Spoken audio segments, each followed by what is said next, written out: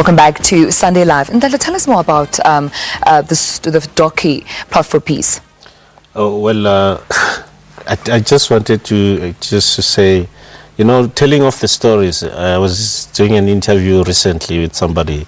It was about the South African theater.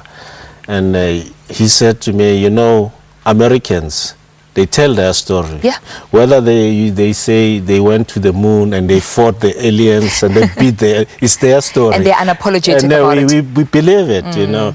So one of the things that I don't think we are telling our story enough, and then somebody comes here and sees this richness of our stories.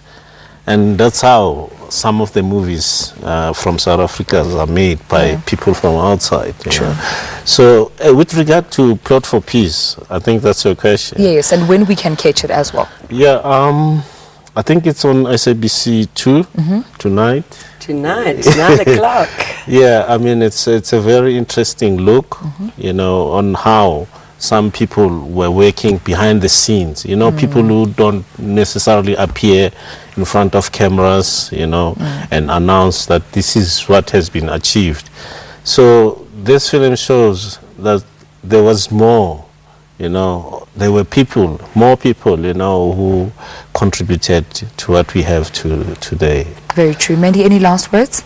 Well, I think the exciting thing is that all the different stories we're telling, we're trying to find fresh angles. So whether it's looking at Women of Style, where we look at the younger generation of Theodora Tambo, and she goes and revisits our women stalwarts and look at how they used fashion as a weapon of war, to Jean-Yves Olivier's story, who is a hidden world into a world that we don't normally have access to, that world of diplomacy, Shaka's personal journey.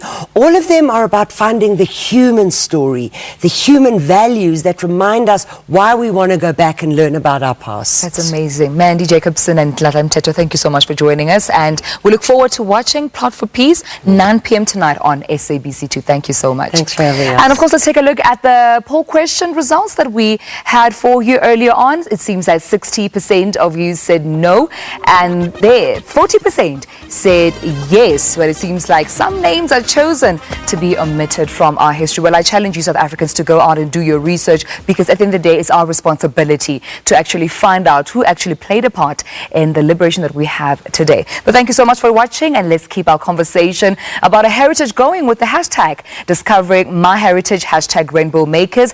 And it's been a fantastic half hour this evening on Sunday Live. A big thank you to our guests who schooled us a little bit more on the struggles that were waged by our elders.